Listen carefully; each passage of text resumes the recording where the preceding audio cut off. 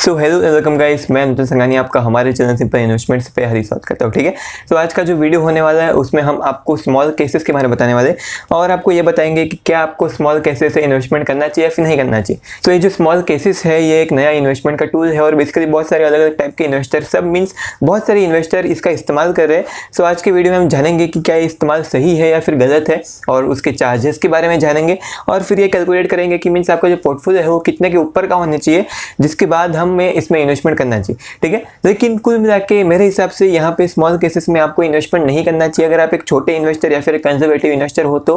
ठीक है, सो आप ये वाला वीडियो अगर सिर्फ ये जानने के लिए देख रहे थे कि आपको इसमें इन्वेस्टमेंट करना चाहिए या फिर नहीं करना चाहिए, सो मैंने आपको बता दिया कि आपको इसमें इन्वेस्टमेंट नहीं करना चाहिए। सो आप प्लीज़ अभी इस वीडियो को लाइक कर दीजिए, चैनल को सब्सक्राइब कर दीजिए और आप जो भी काम कर रहे थे वहाँ पे लग जाइए या फिर कोई और वीडियो देख लीजिए यूट्यूब पे। ठीक है, लेकिन ऐसे लोग जिनको ये जानना है कि बेसिकली ये जो स्मॉल केसेस है ये बेकार इन्वेस्टमेंट क्यों है या फिर बेसिकली इन्वेस्टमेंट के लिए बेकार टूल क्यों है, सो आप प्लीज़ हमारी वीडियो को कंटिन्यू कीजिएगा।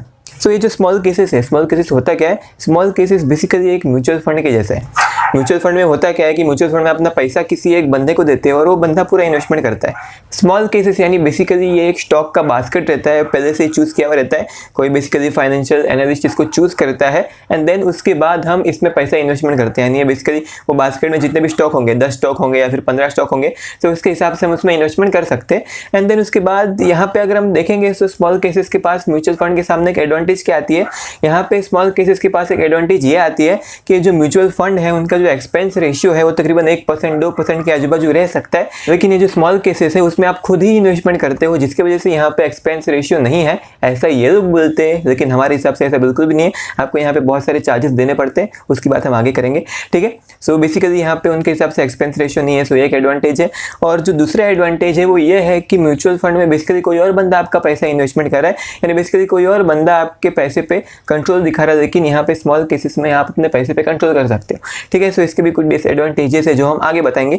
ठीक है, सो अभी हमने ये तो जान लिया कि उनके हिसाब से स्मॉल केसेस के एडवांटेजेस क्या होते हैं, लेकिन अगर हम यहाँ पे सबसे पहले एडवांटेज है जो एक्सपेंस रेशियो है, जो म्यूचुअल फंड में 1-2% के आजू बाजू का होता है और स्मॉल केसेस में बिल्कुल भी नहीं है, अगर उसकी बात करेंगे तो स्मॉल केसेस में चार्जेस कितने लगते हैं। सबसे पहला चार्ज ये लगता है कि बेसिकली जब भी आप स्मॉल केस का इस्तेमाल करके कोई भी ट्रांजेक्शन करते हो, कोई भी स्मॉल केस में इन्वेस्टमेंट करते हो, तो बेसिकली आपको 100 रुपये देना पड़ता है। ठीक है, सो 100 रुपीज़ की एक कंपलसरी फी है। सो बेसिकली समझ जाएगी अगर आप 5 या 10 हज़ार रुपये इन्वेस्टमेंट करते हो, सो बेसिकली यहाँ पे भी आपका ये जो स्मॉल केसेस की जो फीस है, कंपलसरी फीस, वो तकरीबन 1 या 2% के आजू बाजू की हो जाती है, जिसकी वजह से आप इसके बदले म्यूचुअल फंड में इन्वेस्टमेंट कर सकते हो। देन जो बाकी के जो चार्जेस है वो कुछ ऐसे है कि जैसे ही आप स्मॉल केस में इन्वेस्टमेंट करते हो, सो फिर उसमें बहुत सारी अलग अलग बास्केट रहती है, अलग अलग उसमें प्लान्स रहते हैं। ठीक है, सो उसके हिसाब से आपने कोई भी एक बास्केट चूज़ किया रहेगा और ऐसा हम अज्यूम करते हैं कि वहाँ पे समझ जाए 10 स्टॉक है कुल मिला के, और वो जो स्टॉक है वो हमेशा मीन्स वो बास्केट में रहने नहीं वाले, हर महीने या फिर हर 3 महीने में एक बार या फिर हर हफ्ते या फिर बेसिकली हर 2-3 हफ्ते में या फिर कुछ भी हो सकता है या फिर हर साल में तकरीबन ये लोग उस पोर्टफोलियो में थोड़ा बहुत चेंजेस करेंगे। ठीक है, यानी वो पोर्टफोलियो में या फिर जो बेसिकली जो बास्केट था, जो स्मॉल केस था जिसमें 10 स्टॉक थे, उसमें ये लोग कुछ चेंजेस करेंगे। ठीक है, और बेसिकली हम ये मान लेते हैं, यहाँ पे ये अज्यूम करते हैं कि ये लोग ये जो चेंजेस है जिसको रीबैलेंसिंग बोलते हैं। ठीक है, यानी जो रीबैलेंसिंग उसमें होता क्या है, उसमें होता ये है कि समझ जाए कि आज मैंने 10 स्टॉक खरीद लिए, ठीक है, मीन स्मॉल केस के थ्रू, एंड देन उसके बाद 1 महीने बाद जो उनके जो एनालिस्ट है उनको लगता है कि इस कंपनी में जो हमारा वेटेज उसको कम कर देना चाहिए या फिर इस कंपनी का और शेयर खरीदने चाहिए या फिर इस कंपनी के शेयर बेच देने चाहिए। सो वो लोग 1 महीने के बाद हमें रीबैलेंसिंग का ऑप्शन देंगे। ठीक है, सो उनके हिसाब से हमें किसी एक कंपनी के शेयर और खरीदने चाहिए या फिर किसी एक कंपनी के शेयर बेचने चाहिए या फिर किसी एक नई कंपनी के शेयर खरीदने चाहिए या फिर बेसिकली किसी पुरानी कंपनी के शेयर बेचने चाहिए। ठीक है, सो इसको रीबैलेंसिंग बोलते हैं। सो हम यहाँ पे अज्यूम करते हैं कि हम जो स्मॉल केस में इन्वेस्टमेंट करना चाहते हैं वो तकरीबन हर महीने में एक बार रीबैलेंस होता है। ठीक है, और हर महीने जब ये रीबैलेंसिंग होता है तब हम ये अज्यूम करते हैं कि उसमें 3 ट्रांजेक्शन होती है, या तो बाई के साइड पे या तो सेल के साइड पे। ठीक है, जिसकी वजह से अगर हम देखेंगे तो 1 महीने के 3 ट्रांजेक्शन यानी कुल मिला के जो 12 महीना यानी 1 साल होता है उसके होते तकरीबन यहाँ पे 36 ट्रांजेक्शन। मैक्स बराबर है, हाँ बिल्कुल बराबर है। ठीक है, सो भी 36 ट्रांजेक्शन होते हैं और बेसिकली जब आप कोई भी शेयर बाई या सेल करते हो तभी आपको डीपी चार्जेस देने पड़ते हैं, यानी बेसिकली आप सेल करते हो तभी देना पड़ते हैं। लेकिन हम ये मान लेते हैं कि जब आपने कोई भी शेयर बाई किया तो उसको थोड़े टाइम में आप सेल करने ही वाले हो, जिसकी वजह से जो शेयर आपने बाई किए उसके भी जो डीपी चार्जेस है वो आपको देने ही पड़ेंगे। ठीक है, यानी कुल मिला के ये जो 36 ट्रांजेक्शन हुए 1 साल के, उसके आपको 36 बार डीपी चार्जेस देने पड़ेंगे, यानी 36 ट्रांजेक्शन के हिसाब से डीपी चार्जेस देने पड़ेगा। सो बेसिकली जो अपस्टॉक्स है वो ब्रोकर है उसका जो डीपी चार्जेस है वो तकरीबन 20 रुपया है एक ट्रांजेक्शन के ऊपर। सो कुल मिला के 36 ट्रांजेक्शन के ऊपर जो उसको 36 को 20 से मल्टीप्लाई करेंगे, सो कुल मिला के जो यहाँ पे जो ट्रांजेक्शन कॉस्ट या फिर जो डीपी चार्जेस आता है एक साल का, वो है तकरीबन 720 रुपये का। ठीक है, तो यहाँ पे 720 रुपये का डीपी चार्जेस आते हैं। देन उसके बाद आप कोई भी शेयर खरीदते हो बेचते हो, तो बेसिकली आपको ब्रोकरेज चार्जेस देने पड़ते हैं, देन आपको टैक्सेस देने पड़ते हैं, जिसके वजह से ये जो चार्जेस है ये चार्जेस एक बहुत बड़ा अमाउंट दे देते हैं। यानी समझ जाए आपने यहाँ पे 10,000 रुपये इन्वेस्टमेंट किए, सो 10,000 में से तकरीबन 500 या फिर 600 700 800 रुपये तो आपको ये चार्जेस में ही जाने वाले। ठीक है, लेकिन अगर आप एक बड़े इन्वेस्टर हो, ठीक है, अगर आपने समझ जाए कि 70,000 या फिर 72,000 इन्वेस्टमेंट कर दिए, ठीक है, सो 72,000 आपने इन्वेस्टमेंट कर दिए और ऐसे कोई प्लान में इन्वेस्टमेंट किए, जैसा हमने यहाँ पे अजम्पशन की, जहाँ पे आपको तकरीबन 720 रुपये के डीपी चार्जेस देने पड़ते हैं।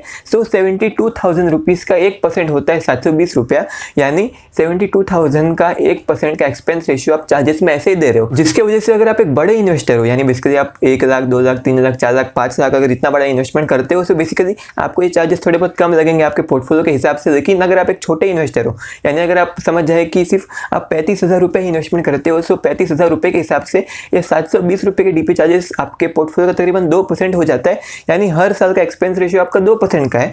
और बेसिकली वो बोलते हैं कि जो म्यूचुअल फंड है, म्यूचुअल फंड में 1-2% का एक्सपेंस रेशियो होता है, तो बेसिकली आपको वहाँ पे इन्वेस्टमेंट नहीं करना चाहिए, आपको स्मॉल केसेस में इन्वेस्टमेंट करना चाहिए। लेकिन स्मॉल केसेस में भी जो एक्सपेंस रेशियो है वो अच्छा खासा है अगर आप एक छोटे इन्वेस्टर हो तो। ठीक है, लेकिन अगर आप एक बहुत छोटे इन्वेस्टर हो, आप सिर्फ 1,000 या फिर 10,000 या फिर 15-20,000 ही इन्वेस्टमेंट करते हो, तो बेसिकली स्मॉल केसेस आपके लिए बने ही नहीं, आपको यहाँ पे इन्वेस्टमेंट करना ही नहीं चाहिए, आपको इससे बहुत दूर रहना चाहिए। ठीक है, सो ये तो हो गया पहला डिसएडवांटेज। और इसके बदले हमारे पास ऐसे म्यूचुअल फंड भी है जिसके जो एक्सपेंस रेशियो है वो तकरीबन सिर्फ 0.2% के आजू बाजू है। ठीक है, यानी मैं यहाँ पे इंडेक्स फंड की बात कर रहा हूँ, सो आप वहाँ पे इन्वेस्टमेंट कर सकते हो, वहाँ के रिटर्न्स भी अच्छे खासे।